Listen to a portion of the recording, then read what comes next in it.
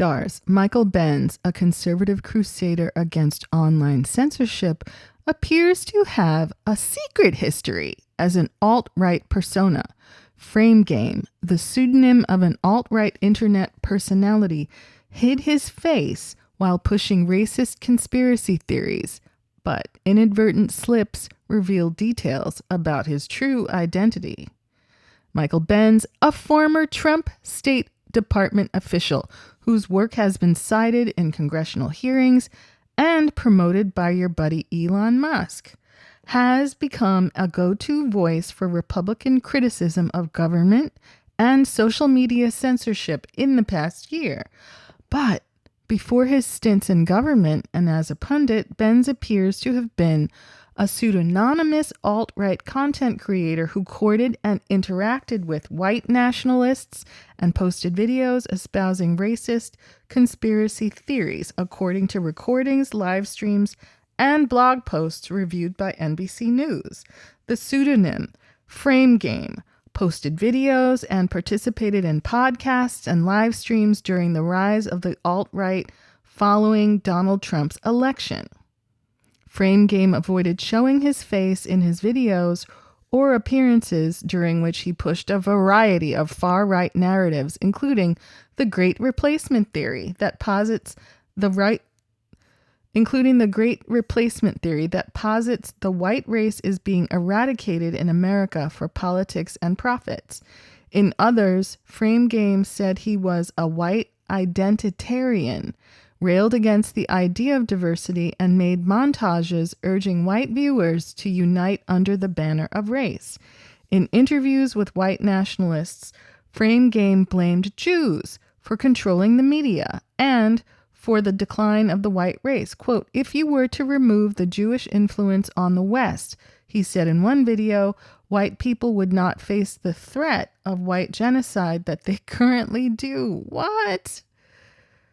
Frame Game stopped posting in 2018. A review of his content revealed various details that match Benz's appearance and life story. Benz, in his public posts and appearances, has not espoused the same racist views as Frame Game. Frame Game went to some lengths to conceal his identity, but inadvertent slips during several live streams in which he would often visit web pages and toggle between browser tabs betrayed his anonymity. In one video, Frame Game brought up a website that automatically pulled a Facebook profile picture into its comments sections. The picture appeared to be Benz with his then wife. In other videos, as Frame Game toggled windows, he displayed a web browser that showed the username Mike. In another instance, a profile page showed him signed into a browser as Michael. In one instance, quote, "Mike can be seen in the browser alongside a separate browser window that's logged into Twitter displaying Frame Game's avatar of a person in a green hoodie." In podcasts and on social media, Frame Game divulged other biographical information that mirrors details found in Benz's public records and archived social media accounts. Frame Game often shared his background as a Jewish attorney living in New York City and told interviewers he had studied psychology at an Ivy League college, graduating magna cum laude. These details matched an archived LinkedIn profile for Benz, which said he had graduated magna cum laude from the University of Pennsylvania with a bachelor's degree in psychology. An acquaintance of Benz, who asked not to be named because of fear of backlash from Benz's followers, told NBC News that Benz had once told them he published online under the name Frame Game. Reached by phone, Benz declined to speak to a reporter, saying he was, quote, "very busy." When asked if he had a comment on his previous writings as Frame Game, Benz hung up. He did not respond to voice messages and text messages with a detailed list of questions. Hours after publication on Friday, Benz posted a lengthy statement confirming his connection to the Frame Game account. He said the account was a covert effort intended to somehow combat the anti-Semitism it espoused. Quote, the account in question was a project by Jews to get people who hated Jews to stop hating Jews, he wrote. What? Quote, let me be clear, I am extremely proud of this, unquote. Benz, 39, has positioned himself as a leading voice for many conservatives by tapping into a broader right-wing wave of disaffection with perceived social media and government censorship. He heads a group dedicated to the subject, has been featured as an expert in dozens of news stories, and spearheaded efforts to bring attention and pressure upon people and organizations involved in social media moderation.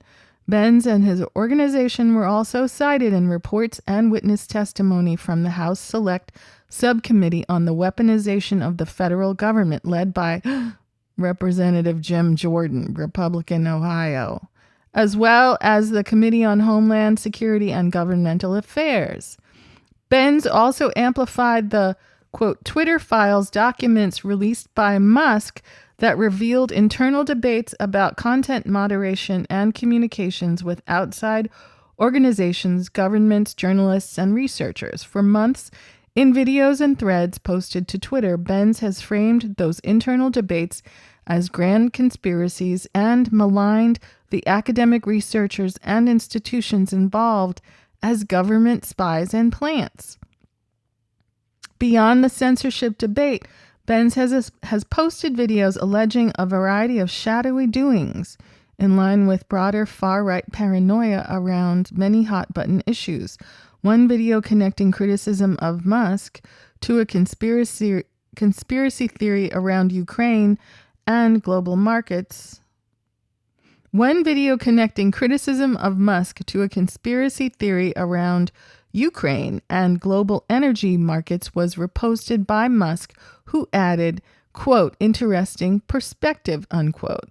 There have been a handful of intellectuals and experts who have risen to some prominence on the right and were later outed for their previous extremist rhetoric. Quote, the slow normalization of extremist figures who become part of the fabric of our discourse are moving our discourse further and further to the right, and their tactics are becoming embedded into our institutions, said Nora Benavides, the senior counsel at Free Press, a digital civil rights organization.